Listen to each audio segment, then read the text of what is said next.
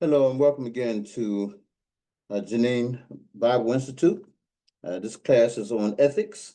My name is Reverend Nathaniel Gadsden, and I'm glad to be your instructor for this particular class. We're talking about ethics from a Christian perspective. We went over some articles that I had pulled down last week, and this week I have a couple other things I want to go over. And I'm going to start with this book here. It's a book called Spiritual Crisis: Surviving Trauma to the Soul. Trauma to the soul. A lot of times when we have an ethical dilemma, ethical question that we have to deal with, it can be a very hard decision based on a lot of factors. Our understanding of the word, our upbringing, our perspective on the religion that we're involved in. There's a lot of different things that can come into play. And so one of the things we're going to talk about right now is called the spiritual component of crisis. I'm going to lift up, some of the stuff here and just listen while I go through it. I hope that you glean a lot from it. It says, while there has been increased understanding of the impact of crisis upon our society and our individual lives, we are just beginning to consider crisis in terms of spirituality. Although it is probably not appropriate to separate physical, emotional, mental, and spiritual results of crisis, we do so at present because of our lack of ability to express these as a coherent whole. We do not have a good model for integrating all of these areas of life. Let's say that again. There's the physical, the emotional, the mental, and the spiritual results of crisis. All those things come into play. How is it? Physical. When we're in crisis, a lot of times it affects our body. We're out of whack a lot of times. We can't eat, we can't think right, we can't sleep. And that physicalness is manifest in a lot of different things that we show. When we talk about emotional, some people and sometimes we get to a point where we're not sure where to go or how to handle it, and our emotional state may not be the best. And we may say things or do things that's not in keeping with who we generally are. We may be short-tempered at that time. Some people become very belligerent, when they have an emotional crisis. It's hard to watch some people when they're in the midst of that. Then there's that mental part where you just, you have that what they call head fog. You can't think, that you have a crisis on your hand. And in the midst of all of that is that ethical dilemma. What do I do? What do I do that makes me feel good? What do I do that I know is right? What do I do that goes against or is in keeping with my moral fiber, my understanding? And how will people judge me based on what I do? Then also there's that spiritual result of crisis, and spirituality is at the core of all of our living. So let's keep that in mind. That spiritual stuff, that part that connects you to your greater self, connects you to God, connects you to your culture, to your people, to the right and wrong of it all, and that's heavy as well. So they're saying right now there's not a real great model of cohesiveness, bringing all this together. So we do not have a good model, says. So the biopsychological model developed by Ingalls is helpful conceptually, but it's difficult to implement on a practical level. And I'll talk about that in a minute. Hopefully someday we will have an adequate biopsychosocial spiritual paradigm that will assist us with better integration. So this book is an attempt to include the spiritual impact of crisis in the consideration of its effects. It says, although I have attempted to do this, I include the psychological, social, mental, and physical in my discussion. I only wish that I could better integrate all of these in some holistic manner. So it talks about this figure here, and I know it's hard for you to see, but it talks about the mental. I'm gonna hold it up so you can kind of see it. You may or may not see it. Let me see. Now it's coming out real funky because of the light and everything. So I'm not even gonna try to do that. So at the very top is the mental. The mental goes into the physical. It touches on the spiritual and it touches on the social. Every last one of these touch on one another. The mental touches the spiritual, the physical, the social, and on down the line. The social touches everything as well.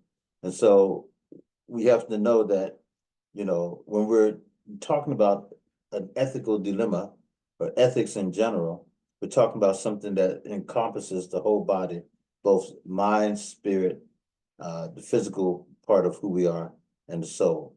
So a lot of times when people talk about PTSD, and trauma like that, and people that are, in war situations, poverty situations, situations where there's a lot of violence that's happening on the streets, in the home, whatever. There's a toll to be taken, and then we go against, that grain, because we're taught a certain thing, how to treat others, how to get along with others, how to love. But then we're in the midst of something that is the total opposite of that. And that brings on that ethical, if you will, dilemma. So let's talk about this for a minute. It says, here he says, I have placed the spiritual at the center of the diagram that I was talking about. The spiritual is at the center of the diagram to illustrate my belief that the spiritual core of a person is foundational. This author, by the way, is J. LeBron McBride, PhD. His book is called Spiritual Crisis, Surviving Trauma to the Soul.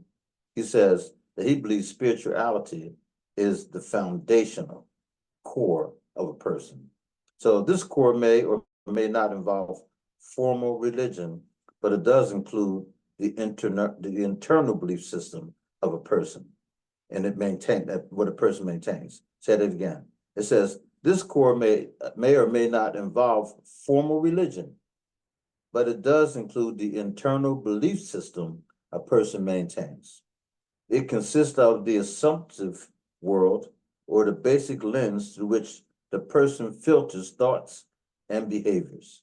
For many, it involves a consideration of relationship to a higher power, life force, or God. It says, for me, it is based upon a Christian approach that I've written from the perspective.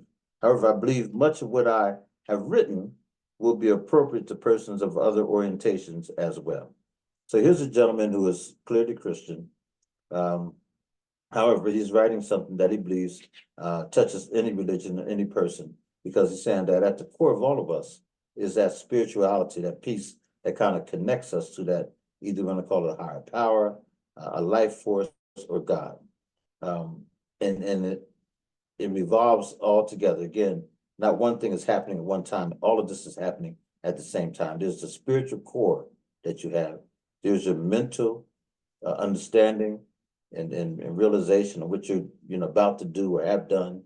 There's that physical piece that it comes out. It manifests itself in so many different ways. You can be tired. It can make you anxious. It might make you angry, whatever. But you show those things physically. And then there's that social piece. How are you getting along with others that are around you, whether it be on your job, in your home, and neighborhood, whatever it might be. So all these things in the mental part, of course, all these things are happening at the same time. So just as scholars have alerted us to the critical transition points of both the individual and family life cycles, we need to think of critical points in spiritual life. So spiritual life is not just one great upward journey, at least not for most of us. We are influenced greatly by various events of life, which have to be integrated, it says, into our belief structures, or they become split off from our beings, resulting in unhealthy rebellion, denial, or apathy. Said it again. It says, we are influenced greatly by various events of life, which have to be integrated into our belief structures, or they become split off from our beings, resulting in unhealthy rebellion, denial, or apathy. Many honest seekers have turned away from the church and formal religion, or at least have been puzzled by how their spiritual lives have not fit into the neat pattern so often presented of the faith journey. It's it's so important to understand that we're born into this world. We're given instructions. Who's our first teachers? Our parents. And then as we grow, we begin to have impact on from our neighbors and extended family members, from our institutions such as schools, churches.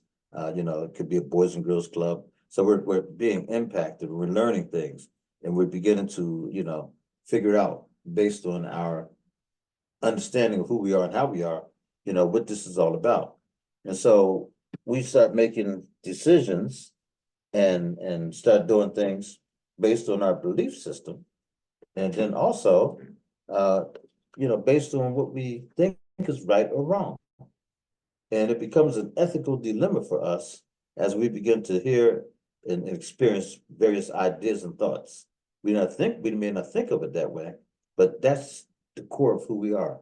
Our spirituality, our belief systems, our understanding of a greater power, God, whatever, is always present with us, even though we try to pretend that it's not. It is. So let's keep on going here. Listen, it says some may disagree with calling so many adjustments crisis, but this is the best term to describe what so often happens in life. Granted, there are varying degrees of crisis. Many of us do not experience the severity of crisis that he has discussed in the second chapter, but our sense of coherence and faith in the continuity of life is shaken or shattered by many life events. While crises are often considered of short duration, this is not always the case. Some live in characteristic crisis states for years, and some of them intermittently. So here it is. You may have a crisis today and not have another crisis for, a year. I mean, nothing really, really, really out of the ordinary. Crisis can be deep. It can be something that really, shakes you to the core. And there are some people who live in perpetual crisis because of the nature of the environment that they're in, all the various factors coming at them. It seems like nothing goes right, and they have to make a decision. Yeah, in order for me to make it, man, some people say in certain situations. Yeah, I'm a counselor, a therapist with an organization here in Harrisburg and Pennsylvania. And the men that I am seeing and working with every day are guys who just came out of prison and who are hooked on some drug or other, something that they were using that has really messed up their lives, took them to prison in the first place. And now they're in a treatment program. And this treatment program is telling them they don't have to use this drug. And they also have what's called a relapse prevention plan that they have to live up to. So in order to not be in jail right now, they have to go to this program, STDP, I think it's called, and STDP. And basically it's a prevention plan, a treatment plan for these men to look at themselves and realize that, they're addicted to something and they need to let that thing go, but how they do it. Some guys say, listen, if I can't get a job because of my past and this and that, I got to sell drugs, I got to sell drugs. And, you talk to them long enough, they know that that's wrong. And some of them know that they're addicted, but that struggle, that demon, that's inside of them, that's constantly pulling them to the right or left to do that thing when they know they would much rather not do it. If they could just get it where they could make the money they have, they could let go of the past, people could stop judging them so harshly, and they could stop being angry. That's another major factor with a lot of these guys. There's an anger factor. And here's the question, who you angry at? And oftentimes they'll get to this person, that person, but finally get to, I'm angry at myself because I know what I did and I just keep doing it, keep doing it, keep doing it. Listen, it says here, we might think of the impact of spiritual crisis as is diagrammed in figure 1-2. Now, I'll just kind of talk you through this a little bit. However, these pathways are not to be taken as rigid paradigms. They're only suggestive and tentative. There are various ways spiritual crisis can come upon us. Our reactions depend upon many factors and contexts in our lives. Said it again, our reactions, listen, our ethical movement, our ethical, decisions, our reactions depend upon many factors and contexts in our lives. While many spiritual crises are not preventable, some are. It says, I hesitate to use a section of prevention and protection in this figure that I'll talk to you more about that, because I do not want this concept to be used to judge those who have a spiritual crisis. Spiritual crisis can come to any of us, no matter how many preventive or protective filters or barriers we may have in place. However, I do believe some lifestyle and the essential ways of being may be protective and certainly may assist us in coping with spiritual crisis. At the least, preventive measures may act as a lens through which crisis can eventually be seen in an eternal perspective. Some reactions are unique and individualized for each person. The context in which a crisis occurs may also be preventive or protective of certain problems. For example, a person who experiences a financial loss because of a strongly held belief may experience a crisis, but may have a protective barrier because of the conviction of doing the right thing. Lady comes to us, my wife and I, and she is having a serious problem with a husband that she loves, but who is now an alcoholic. He is now self-destructive. She loves him, but she's seeing his behavior as being very injurious to the family structure, to their children, to their finances, to their ability to maintain their home. It could be homeless if things don't, shake out here. And her biggest factor that she was really grappling with became because she was in a church that really emphasized tithing. And she was going to make sure that if she made $1, 10% of that dollar went to the church, even though they really truly needed the money and the finances were messed up.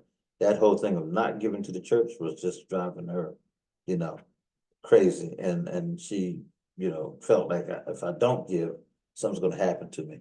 So she truly needed assistance in many different ways, from that husband to the children who were in need, and were they just simply children. They were in need. They were now teenagers who could go out and do something on their own. But at the same time, she was really pushing them to get that education and not mess up their future like that. So she had a lot of different things that was going on, and in her mind, she had decisions to make, and she wanted to make sure she made the right ethical decision. Do I leave my husband? Did I say for better, for worse? Do I try to help my husband, who's very resistant and can be very mean toward her? The children are very demanding. They want this, they want that. They're children, they're young people. She's trying to keep them on the straight and narrow. Give it to the church. The church, they don't seem to understand that, people go through things and finances type, but they really need that. I mean, they want you to give that tithing. And so, she doesn't want to let them down. She doesn't let God down. She doesn't let herself down. So she had ethical decisions to make. Did she have a chance to do something that, would give her a little bit more money on the side here? Had that side hustle, not let Uncle Sam know about it, don't give it to the government, under the table payments, that kind of thing. A lot of questions, a lot of decisions to be made. And that's just one example. And I'm sure you, all of us have examples that we can think of even in our own lives, right? It says, in some cases, individuals appear to adjust rather quickly to spiritual crisis. They remain optimistic or promptly regain an optimistic approach. They're able to gather and accept support and assistance from others as needed. Usually they can stabilize and recognize and develop new perspectives to meet the crisis, to make meaning out of it, or simply accept it as a fact of life. So destabilization and regression as a result of spiritual crisis. So listen to this. On the other hand, spiritual crisis can destabilize to the point that individuals have tremendous internal conflict and dissidence. Doubts about self, others, and God may be temporary or may be chronic. Anger and guilt may be overwhelming. Coherence and continuity may be lost or disturbed. Many individuals in spiritual crisis go through a period like this as a step toward eventual adjustment as described above. So we'll talk about that. It says, others continue on a course of destabilization to the point of becoming very withdrawn with much negativity. Some regress even more to a self-destructive or apathetic mode with the loss of meaning and connection. They can become very rigid in their constancy and inertia. So here's the deal. It's all about ethics. What do you do? How do you do it? What is your understanding? What works here? What must I do to get out of this? Should I take the low road or the high road? There are a lot of people in society, and no matter where you are in the world, there's some people who are in and out of the system of prison a lot. They know what to do, they know what not to do. They know if they do this, they could end up in that system again. And some of them take that chance because they don't see any other way out. And they just can't phantom living, from paycheck to paycheck. That's very, very small. And a certain level of living, they want to live at a certain level. So they're willing to do almost anything. I had one guy who had a 15-year sentence. He was on like his 13th year in prison, and he was hoping to get out in 2 years. And he said he's going right back to selling drugs. And I asked him, why? Why are you doing that? He said, because man, I make so much more money and this and that. I said, but look who you are for the last 13 years of your life. And you have 2 more years in this system at least, right? Why would you do that? He said, man, I just made a mistake back then. I should have never, I had a thing that if I didn't know you, I would never deal with you. And he said, but I dealt with this one guy. He said, and I knew I was going against what I believed in. He said, and that guy turned out to be a law enforcement agent. And now here I am. He said, but I messed up. He wasn't thinking that selling drugs to people was messing up. That wasn't the ethical dilemma he had. His thing was, I got caught doing something, and I should have never got caught because I know the formula, man. I know how to stay away from those guys and how to beat the system, quote unquote. So listening to him was a challenge for me because he just totally negated any wrongdoing. His thing was, I got caught. I shouldn't have got caught.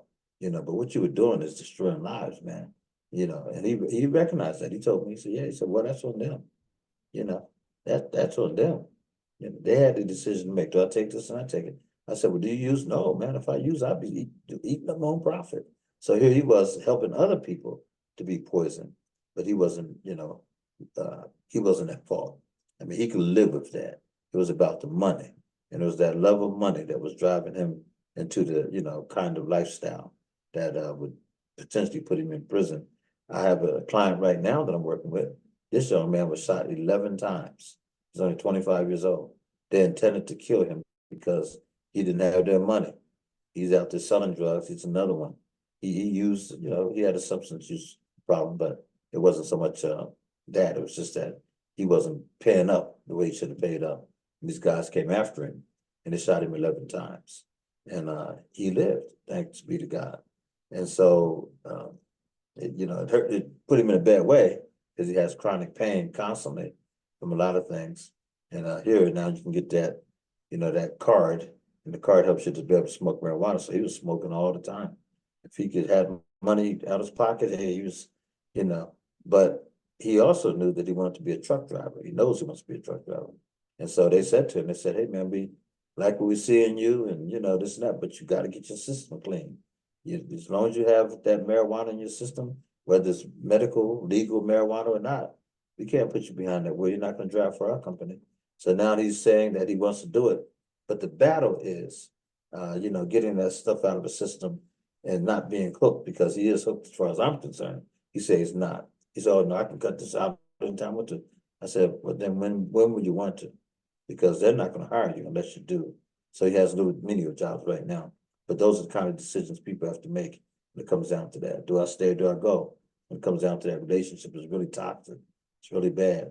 But I made a vow, what do I do as a Christian? I prayed. Is God ever going to answer this question? Is he ever going to deliver me out of this situation? Those are the things that are banging about in our heads all the time. Let's keep on going just for a little bit and then I'll switch up. It says biblical examples of these spiritual pathways can be easily found. We will briefly note only a few here. The story of Job is an example of a person who experienced horrific spiritual crisis. He went from great prosperity to poverty in a sudden and dramatic fashion. The theology common to his day saw suffering as punishment for sin. Yet Job was a righteous man. And we all remember the story of Job and how his friends said, you must have sinned. You must have done something wrong, Job. They started just really going at him, trying to tell him to, be forgiven of that sin, man. Let it go. Tell God all about it. Pray about it. Repent. And he said, I'm a righteous man. I didn't sin, They didn't know that God was testing him, but God knew he was testing him. So it says here, so the theology common to this day saw suffering as a punishment for sin. Yet Job was a righteous man. He was not aware of any specific sins in his life and was therefore faced with the spiritual crisis of his theology. not explaining the reality of his suffering. His friends were certainly no encouragement. Physical illness comes upon him to complicate matters even more. He maintains his integrity and faith in a remarkable fashion for a while. Then comes a period of profound and continued destabilization and discouragement. However, he is able to eventually adjust and recognize. He finds new understandings and essential growth. He states his past following of tradition. Surely I spoke of things I did not understand, referring to his knowledge before his calamities. Now he has a more practical, it says here, now he has a more practical theology that assists him in better facing all the realities of life. Of course, according to the story, he had a little help from God in having his possessions restored many times over.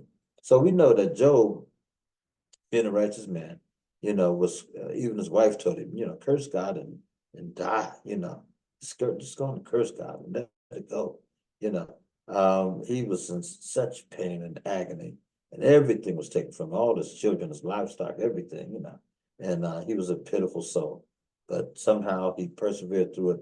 His understanding who God is and will be for him was complete, and that's why God chose him in the first place. It's like, no, you can do everything except take his life, devil. But this man is a righteous man and will withstand anything you throw at him. God knew. So says another example is the profound spiritual crisis the disciples experienced at the time of the crucifixion. They were destabilized and were filled with depression, anxiety, fear, and doubt. Their continuity and coherence were shaken.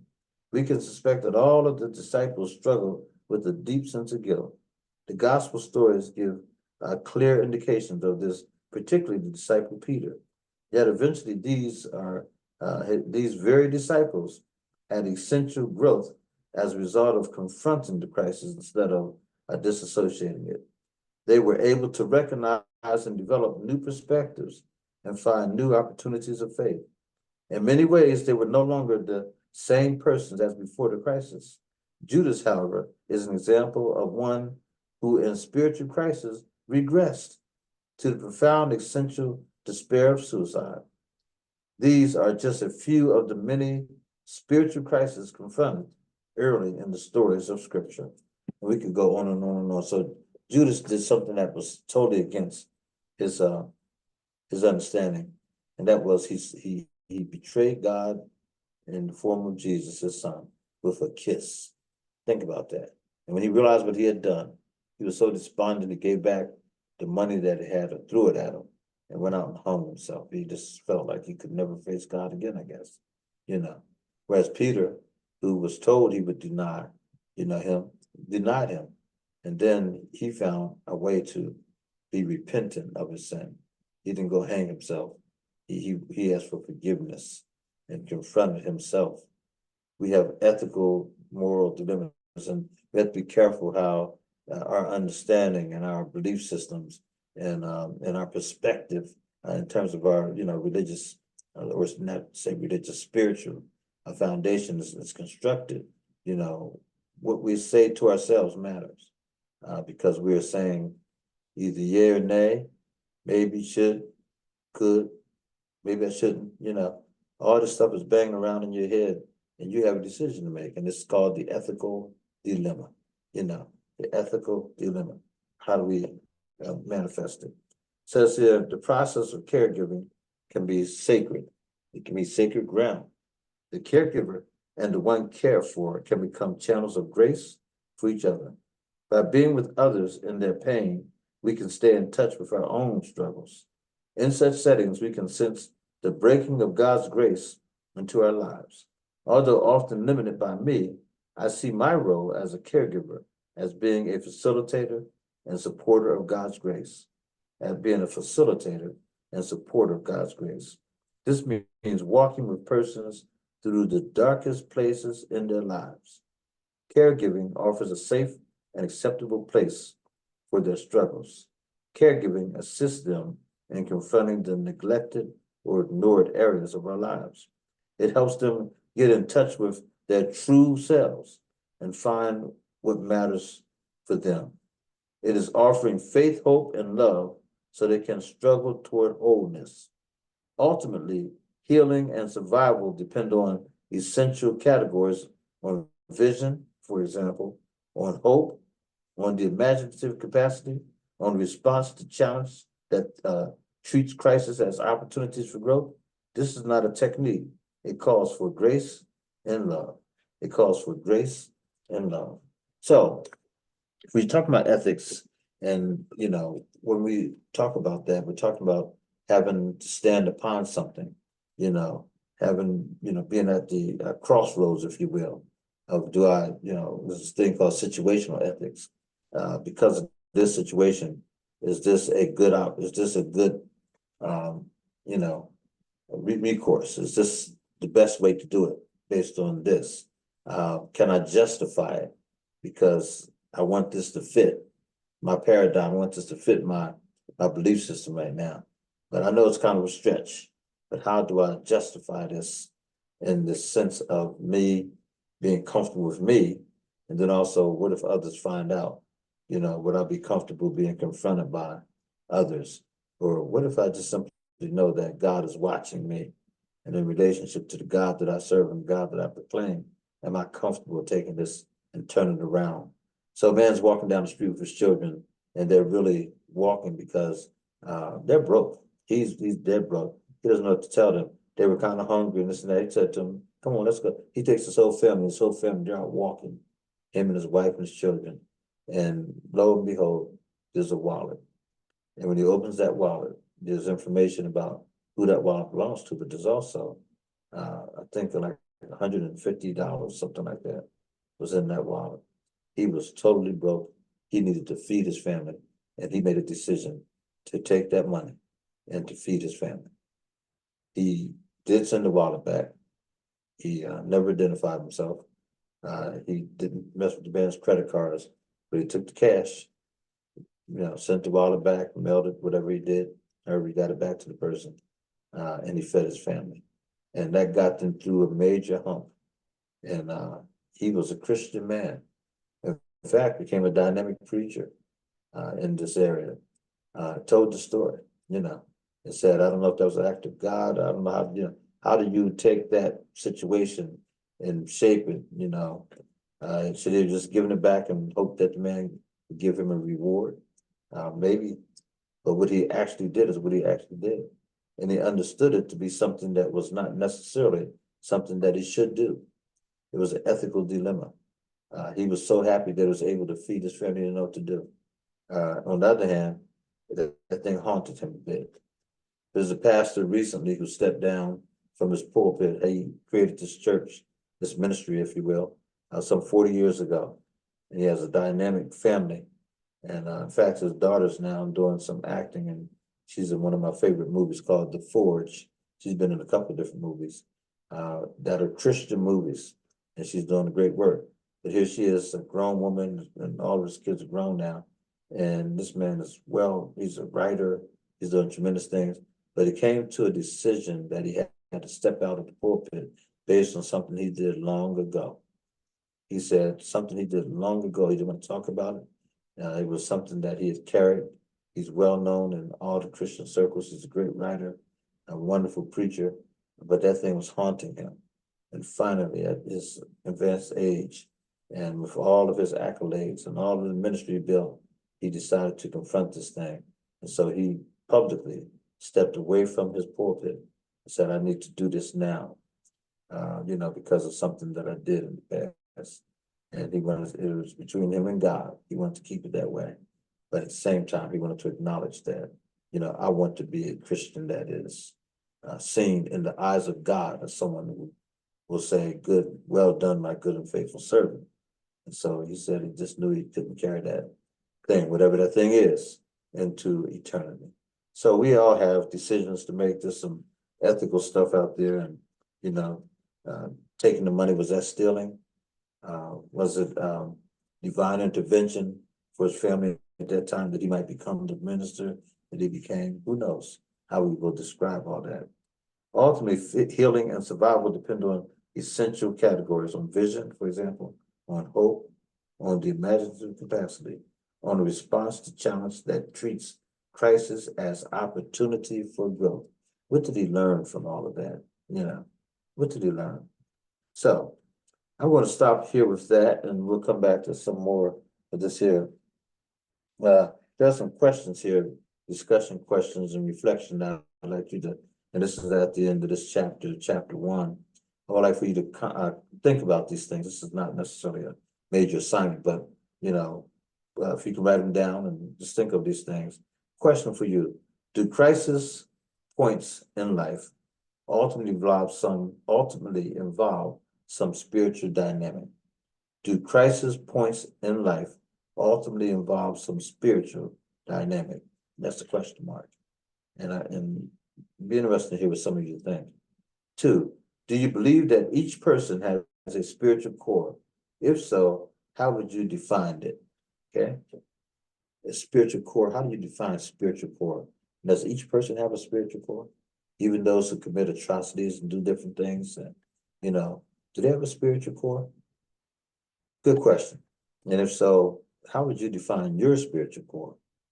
Your spiritual core, how do you define that? Okay. So, question: what are some of the essential issues that you think are raised by crisis? When you have a crisis in your life, what are some of the essential issues that are raised and that you think are raised by the crisis in your life? And that's an important question. All of them are important questions. But that one in particular, why? Because all of us are going to be faced with a crisis of some sort. Like the brother said in the song, which I love, he says, you know, how many of you been through the storm? A lot of people raised their hand and said, a lot of you who didn't raise your hand. He said, don't you worry, the storm is coming. Everybody, you will not get out of this life without having a storm in your life. There's going to be a storm. And the question becomes, how will you respond in an ethical way during the storm? It says, what are some of the resources that you believe assist a person in going through a crisis? What are some of the resources that you believe can assist a person in going through a crisis? First thing that comes to my mind is the Bible, you know, the church, prayer. There's all kinds of things that we can lean upon and think of that could help a person get through a crisis. Wise counsel, you know. Yeah, so much that's out there. And it all comes back again to that word, ethical, you know. Can we do it and feel good about it? Can we do it and know that it's a righteous doing and not something that, you know, we have to hide under and, you know, hope that no one ever finds out? Have you known persons who became stuck in a crisis and did not move on with their lives? What do you think could keep a person stuck? Jesse Jackson, I mention this all the time, you know, the great Jesse Jackson, who is now suffering with all kinds of physical, you know, challenges. He's in a wheelchair, and I don't know if his speech is, you know, slurred. I think it is. And a lot of things going on with Brother Jesse at this point. But he talks about the story of the man who was in a hole. And he said, brother, what happened? He said, oh man, these guys beat me up, put me down this hole, you know, and he's telling the story.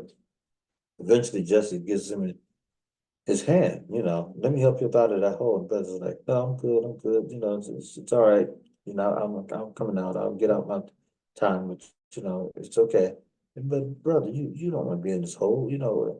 He did. He wanted to be in that hole. He was stuck in that hole, and he didn't want to seem to move for whatever reason. Jesse said he came back the next day. The brother was still in the hole, and this time he had a little audience. He's telling people what happened to him. And he's going on and waxing eloquently about, you know, how he was attacked. And he's looking for that sympathy and for that, oh man, really? How can we help? Whatever. And so Jesse again offered, but you didn't want to get out that hole. It goes on like that. So a lot of people get stuck.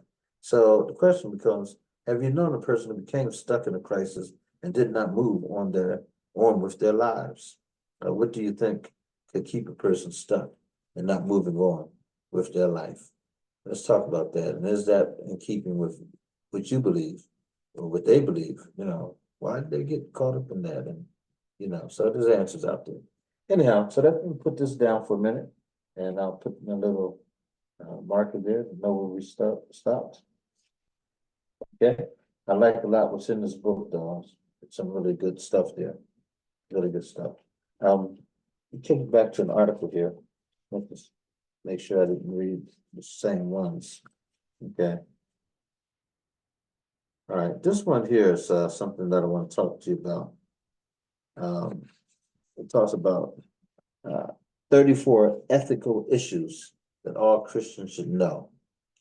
34, that's a lot. 34 ethical issues that all Christians should know. So it says here, the purpose of Wayne Grudemann's Christian Ethics, it's the title of the book, An Introduction to Biblical Moral Reasoning, is to help readers apply a biblical worldview to difficult ethical issues, including wealth and poverty, marriage and divorce, birth control, abortion, euthanasia, homosexuality, business practices, environmental stewardship, telling the truth, knowing God's will, understanding Old Testament laws, and more. So here we're going to move down, and I'm just going to walk you through some of these. I don't know if we do all 34 tonight, but we're going to talk about what some of those things are. And there's a whole long list here, right? So tell us about the book, and the book is called Defending Your Faith, by telling us a little bit about yourself. And that's an ebook, okay? Defending Your Faith by R.C. Sproul, S-P-R-O-U-L, S-P-R-O-U-L, R.C. Sproul, S-P-R-O-U-L, okay? All right, it has a little survey there and this kind of thing. So let's talk about it. They talk about no carved images, okay? No carved images. I remember having a young lady come into my church from Africa. I forget exactly what part of Africa she's from. She was in a homeless shelter. She was unhoused. So she was in a shelter for, women who were unhoused. And when she came to our church, we had just a beautiful church with ornaments, a lot of African art. And then, of course, the cross and everything else. But the African art was our way of just displaying a lot of what God had given us through exploration. And growing up, I just had an affinity for all things Africa, I still do. And so the art was always something, a lot of it was art that was made in the image of, Christ and this kind of thing. Some were just plain old good old beautiful art. And a lot of churches have beautiful art in their sanctuaries, and so that's no big thing. But the question is, are you worshiping those things? And that was her biggest concern. She could not enjoy that service. She was so upset. She said, "Oh, you can't do this." Her understanding was you couldn't have any image there. Here's what this person says.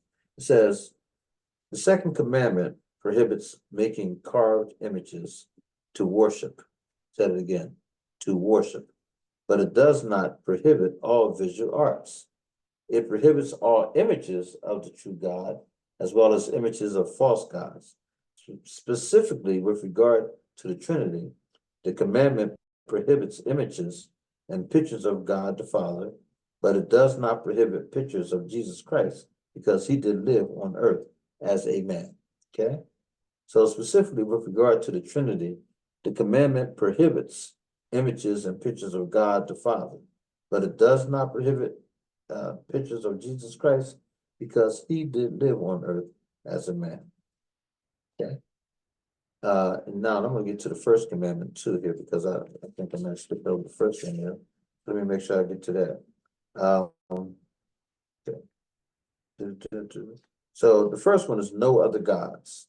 Okay. We're taught to have no other gods before him. It says we're always and everywhere in the presence of God. We're always and everywhere in the presence of God, and he will tolerate no other small gods at any place or any time in our lives. When societies ignore the first commandment, much evil follows. Modern Christians need to be especially cautious of things that we can be tempted to love and serve and trust more than God, such as money, material things, food and physical pleasure, the approval of other people, power or self. The approval of other people, power or self. So that's the first thing. Then the second one is no carved images. Third one is purity of speech. Says the third commandment prohibits foolish or worthless use of God's name, as well as any false or irreverent speech about God. In a broader sense, this commandment warns us against not only taking God's name in vain, but also against cursing others who are made in the image of God. Yet another category of speech includes obscene or unclean language, in which it is important to recognize the effect that using certain offensive words will have on our reputations as Christians. So it says it is morally acceptable for a Christian to portray a non-Christian in a movie or a theater production. But even in that situation, it would not be a right to take God's name in vain. Oaths and vows are acceptable for Christians in many situations. The Bible views humor positively, but it also must be used cautiously. Okay? That's what it says. There's another one here, lying and telling the truth. So the ninth commandment against hearing false witness is considered here out of the normal sequence because the topic is clearly connected to purity and speech. And because the issues involved in considering dying and truth-telling are relevant for many other topics that follow. So the following definition says this.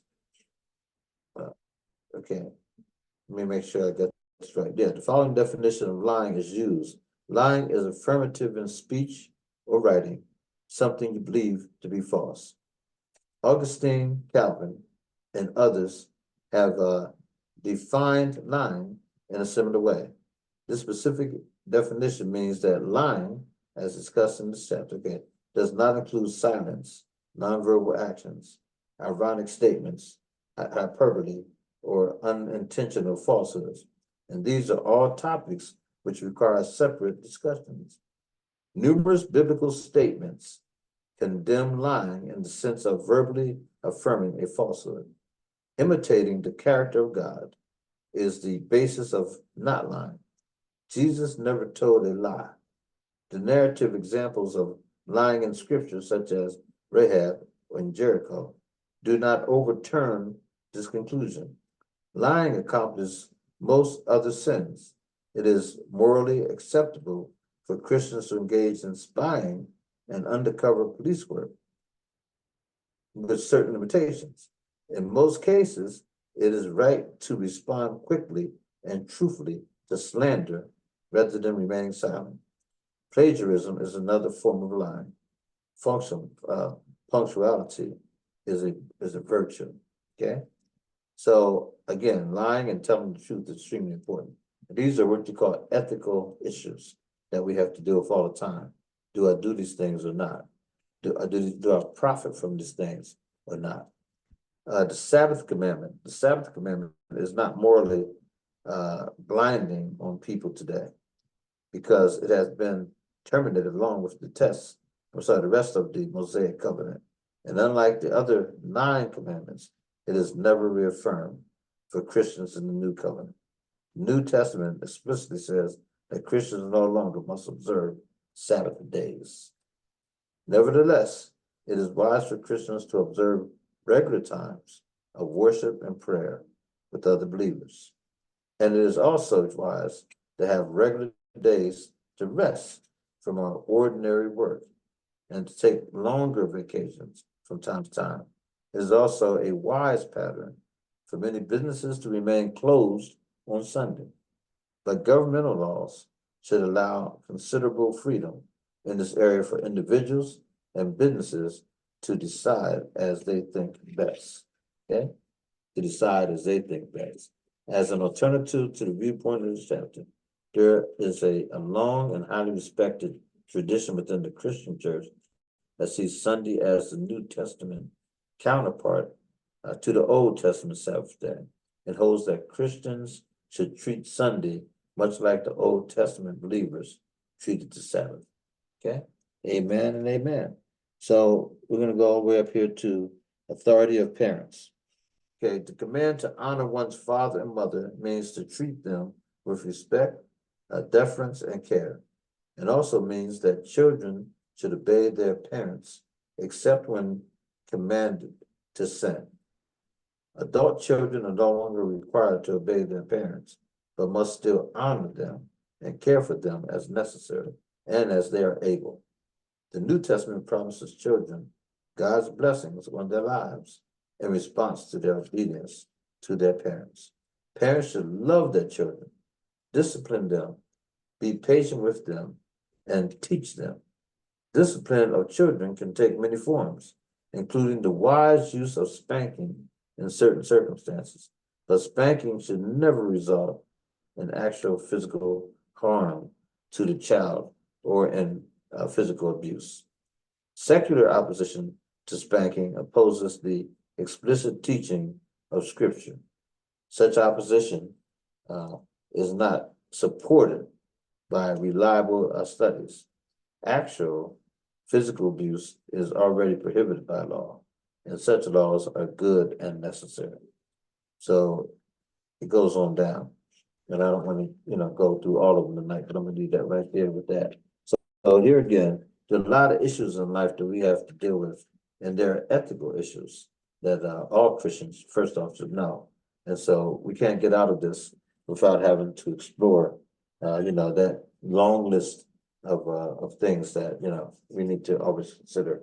There are a number of questions and stories and things that we can lift up. And this is a wonderful book too, 365 essential questions from the Bible. Listen to this. It says in Jonah 4:11, should I not pity Nineveh, that great city, in which are more than 120,000 persons who cannot discern between their right hand and their left, and much livestock? It says here, some of the Bible heroes are amazing, including Jonah. God told Jonah, arise, go to Nineveh, that great city, and cry out against it, for their wickedness has come up before me. Okay, that's Jonah 1 and 2. So what did Jonah do? He tried to hide from God by sailing to a distant city. That's when the famous great fish swallowed Jonah, and he experienced an epiphany that God's reach is all-inclusive, unlimited. The realization forced him into submission. So Jonah warned the people of Nineveh, and they turned away from their evil ways. Even the king repented. Heaven rejoiced. God's warnings are always intended to bring repentance, and his mercy is available to every human humbled heart, to every humbled heart. But Jonah had his own private pity party. He was angry because God had been merciful to Nineveh. So the Lord continued to reveal his immeasurable love to Jonah. Each of us is called to do whatever the Lord has planned. For we are his workmanship, created in Christ Jesus for good works, which God prepared beforehand that we should walk in them. So we are each a necessary part of God's eternal design. Whatever the Master calls us to do, whether his plans are grand or simple, our lives will make a difference when we obey him. Our lives will make a difference when we obey him. Such a powerful line there. Yeah. So there's a lot more to this, and I'm not going to, go through all of them tonight, the daytime and wherever you are. But this is a course on ethics, and we're going to look at the biblical understanding as well as, the secular understanding of ethics, and why it is so important for us to know this and to utilize and do those things that we're taught to do, and to make sure that we are in step with those things. A lot of times we're taught something, but we don't maintain it because, we got sophisticated or something, and we start going off onto our own path. And the Bible's really clear about where people should stand, at times of crisis. And I know I'm not a dog lover, so if someone has a dog in the home, I'm gonna ask the question, you know, do you have a dog? And so you say, yeah. And I see that little cute guy sitting back there, but I know as soon as I walk through that door, he start barking and start yapping at my feet there, my ankles and everything, can have that. So I keep my distance, but I try to be truthful, and I don't try to go in and tell somebody how to live and all that kind of stuff, because that's not my call. But what I can do now is allow people to, praise God by having an assembly, by, lifting God up and, lifting him up in prayer and thanksgiving, I think the word said, so it's best we can do. Well, I'm gonna stop it right there. I know we're recording this, and I hope that you have, gleaned something out of the, presentation. There's a lot to ethics. I mean, there's a lot to it. I mentioned the word situational ethics, because sometimes people make decisions based on the situation they're in. Is that a proper use of an ethical lifestyle? So we have to look at that. But anyhow, God bless you all, and whatever you do, continue to advance yourself by study and reflection. All right, and prayer, of course. God bless you. See you.